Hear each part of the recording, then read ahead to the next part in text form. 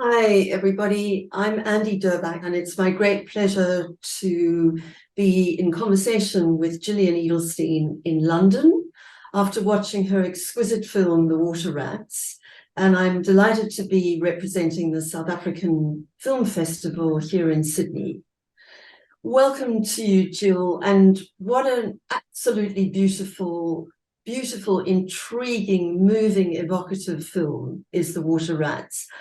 I just thought the way you wove all these very surprising threads that started to emerge across this exquisite canvas of the landscape and the evolving friendships was just so beautifully executed. So thank you for bringing your film to the festival. Importantly, what you bring is your lens to this very clandestine activity as a photographer. And I want to start off by asking you, I guess as a lawyer, I was sort of somewhat thrown by the fact that you are exposing and giving visibility to a clandestine and a prohibited activity locked down during a pandemic. What was it that actually made you think, I'm going to do this, whatever? There's something compelling me to do this. Thank you for having me, and thank you for that wonderful introduction. I mean, I think everything is autobiographical, of course, and I think growing up in South Africa and witnessing the kind of strange and oppressive South African apartheid system from a young age. I mean, one of my early memories is now I don't even know whether you were cancelled quickly, but a domestic servant who was having to be hidden from the police. And so I think, you know, when you grow up with that, this ideology that things are sort of very strange and surreal and inhumane around you. And I think from that point, there was a way that I needed to somehow flout authority. And I think that I was not brave enough, probably at a later stage, to pick up to pick up a gun, really. And the camera was the tool, the piece of equipment that allowed me to tell the stories I needed to tell. And I think I've kind of gone right in there, but that in the film, you hear people talking about, aren't you, or post people had said, you know, aren't you scared you're going to be booked or, you know, sort of apprehended. But it was a mixture of this exquisite beauty in this strange endeavor of doing what we weren't meant to do. And this combination was very powerful, really. I hope I'm bringing it back to your initial question, really. Okay, yes. And I mean, I think going back to what you were saying as a photographer, and I know your work over so many years, how you have wanted to tell the story of the horrors of apartheid, but you often did so, certainly as a photographer in Johannesburg for the Star, at great risk to yourself. And maybe that was also a sort of foundational or an element to why you did what you did in relation to the water rats. I want to talk also about the centrality of water, because for me, it's so interesting how your connection to water is so apparent and it's so strong, and the drive to bring you back to water is so clear. And then you grew up in Cape Town, and then you end up in a landlocked London, in a sense, not surrounded by water. So tell us a little bit about what it is that was so important about the element of water to you throughout the making of this film and your activity. So yes, I grew up in a place called Muizenberg, which was right at the Indian, close to where the Indian and the Atlantic Oceans meet. So behind me was a mountain, and in front of me was the sea. And my first swimming lessons were in the sea. So I learned to swim in the Cork Bay swimming pool. And so the sensation of water on the skin was always a powerful one, right from an early age. My early memory as well is that my father, I believe, built one of the first surfboards in Cape Town, in Muizenberg, where fiberglass hadn't even been developed or used. It took 8 of them to take this surfboard down to the sea, and he took to the waves and was concussed, and so had ended up in the local hospital. And the memories of this surfboard in the garage, standing high, all through my youth. So yes, my first octopus. I know that wonderful film, My Octopus Teacher. My first octopus sighting was on close to where the two oceans meet. And yes, I did end up in London, and there was a point where I was feeling an extreme sense, I suppose, of discontentment. And it was about 8 years ago, where a dear friend of mine, we started trying to swim in the ponds. And as October arrived, I remember having huge palpitations and not being able to see it through. And I said, I can't do this. It's too cold. And it was the following year that I kept going. I remember she handed me a neoprene vest when I'd come back from a shoot in Mexico and LA, and basically said, I think you'll be needing this. And that's how I began the swim. And in fact, it's a mixture of the community that I discovered, but really, you know, in this film, and it was one-on-one before. And I know we'll get into that in the chat, but it became this daily endeavor that started the day that was very important for me. And it was the touching of the water again. Mm-hmm.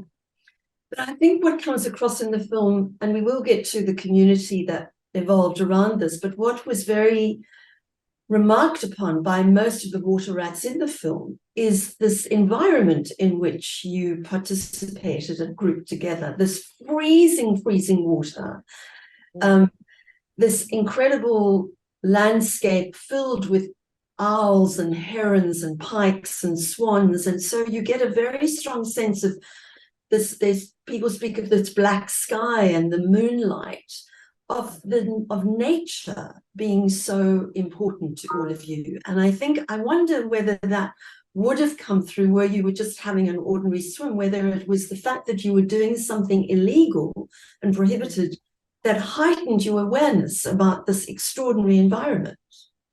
I think that's totally the reason. Everything was quieter. There were no planes. Mm-hmm. Normally you would be hearing them. I'd hear them above my house in the area of the ponds. There was nobody going out. So it was very quiet. And I absolutely agree that was the sensation. And that encouraged us to keep going. And it's always been a need for me to touch nature in a daily pursuit somewhere, somehow, having grown up around mountains and the sea. And that was incredibly sort of suddenly was fulfilling a need I had long needed. And so the cutting, the COVID and the pandemic, and saying, you're not allowed. In fact, what happened is at the start of the pandemic, I remember walking across the heath one very sunny day, and I looked, and they had said, no swimming, you know, ponds are closed. And I looked, and I think probably some young kids had jumped into the pond. And there I was, like some furious, shouting across, you're not allowed in there. And it was not long after that I was invited into this group, and that the illegal swimming began. And it indeed was not allowed. How quickly we turn. How quickly we turn. There you were scolding kids for doing exactly what you did. Yeah, it's amazing. Absolutely. And I think because I remarked there was a winter swimming chat, a different chat. And I remember talking and being very disapproving of people who were suddenly talking about possibly going over a fence. And I literally was in that, how this is not allowed. So what was that shift? what was that shift for you? What was it? Was it the exhilaration of being in the water? What was it that finally made you think this was actually what you needed to be doing? Even Do you though mean pre the pandemic, do you mean? Or do you no, mean during. oh, Because then during? you were scolding people, and now you were Then doing. I was scolding people, and then there was my body is aching for this, the water again, is aching for this activity, this daily need. I was prior to that, I don't know if it's the endorphin high or what it is of the cold water post the swim, which is so exhilarating. And that's, I think, the addiction, because the actual swim is jolly confronting. It's confronting on the body powerfully. And it is an absolute mindset. One has to turn the head, you have to really, switch on all kinds of kind of high-powered, I can do this, you really have to self-motivate and talk to yourself quite a lot. And there was one lifeguard who talked to me about warning the body. She talked to me about needing to splash water on the arm so that the body was warned that you are about to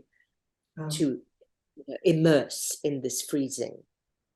Which, and I've always remembered that. And so sometimes I find myself doing that, splashing it, just giving it a little warning. Right. And so I think the turning was a mixture of this, hang on a minute, you've been in, you've done the bucking authority, you've been in townships, you've been, in front of people throwing tear gas, and, armed policemen, war zones, you can do this. This is ridiculous. Just get up a little bit earlier and go a little bit later under cover of darkness, and the deed will be done, and you'll feel good. You'll feel good about it. It was, I think, what we thought about recently about the film is that possibly what we didn't want to make a big thing about it was that idea that there was the fear that we were that there were police patrolling the heath. I would say they were sort of heath constables that were patrolling the heath, and that, we were apprehended on occasion. So let's talk about the community aspect, because there's such a beautiful evolution of friendship that the film portrays, and almost a romantic idea that you're all coming together in this enterprise, which is very risky, very shockingly cold, very extreme. And yet these friendships start emerging across very apparently quite disparate people. You talk of the stockbrokers and the graphic artists and the musicians and the osteopath and you, the photographer, but also people coming together from a period of great separateness, of great isolation. And I think Jackie Palmer talks about this fact that you started caring for one another as brothers and sisters, and there was this mother-daughter conversation that was also evoked by the experience. Is that actually what happened? Was this beautiful, caring community that evolved? It absolutely is, and it continues to be, is the truth. And with any group dynamic, there are group dynamics, and that I can't deny that there have been, comings together and fallings out and comings together again.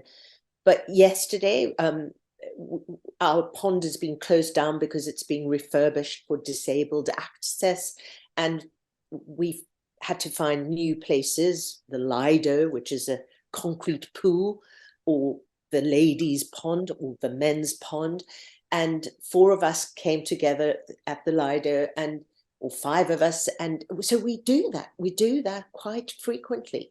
And there is a real sense of caring for one another. We check in on each other still. Last night I was going to see a film with one of the water rats.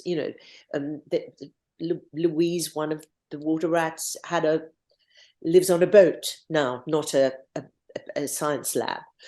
So she had birthday party. So there is a real caring, and it's this very interesting because generally at this kind of early morning stint usually. But as I said, with what I had noticed right at the start were the dynamics of the group. And I had come together with Greg, who's edited this film absolutely beautifully. And we had met in a writing class, and I had said to him, there is a story here. I think there is a story. And I'd sent him, because I'd been writing, and I'd sent him my notes. And in fact, I think it was his suggestion that we do these at the beginning. Let's interview everybody. And he had taught himself how to edit during lockdown. He taught himself, he'd bought some audio equipment, and the first interviews began in that way. And we were going to put that together for a treatment to present the idea of a drama series about the water rats and fictionalize it, because of what I was noticing in the group. Wonderful. That's a good question. It's wonderful, because also I think what I love about it is how the water, most of you are naked, and so there's this real equalizing of everybody, that everybody came together maybe from very different stratas or whatever, but there was something that was very equalizing about that experience of you all swimming naked in this freezing water, that I'm sure would have also been an added bond to what emerged as friendships. Jill, Yes, I just want to correct that it was Jack who was the one who was the mainly naked one, because she has a thing about it, and the rest of us were mostly, wearing swimsuits. But what I think it comes across in the film is the changing. So yes, because there were no changing rooms, we were in the middle of the trees and around around the area that we were swimming in. There was no cover, so we were naked in a sense, and that was very equalizing. Jill, I want to end it with a reference to an image, but then also to something that Joe, one of your water rats, says when he's being interviewed. But my favorite image actually is seeing, I think it's Sarah coming out of the water in the wild wearing a mask. And I just thought that was such an incredible image of really what this film represents, is some sort of nod to the fact that there is a pandemic and there is a lockdown, but we're out in the wild and we're going to just do this whatever. But Joe then ends by saying, you don't need a pandemic for something like this to happen, that you just have to take the risk and make the choice to actually cultivate these kinds of friendships or go towards people. So I want to ask you, what did this experience do for you? How did it change you, or did it not? I mean, it seems like there was some transformation going on amongst many of the people in the group, particularly Patrick, the GP. But was there something transformative for you that you took away from this experience? It's a good question, and I think it's interesting, because I think it was about me looking at I need to be the observer, but wanting to also be very much part of the group. And if you're the observer and the documentarian, as it were, there always has to be a little bit of a distance in a way, but it's about forming those relationships and related to the concept of trust, really.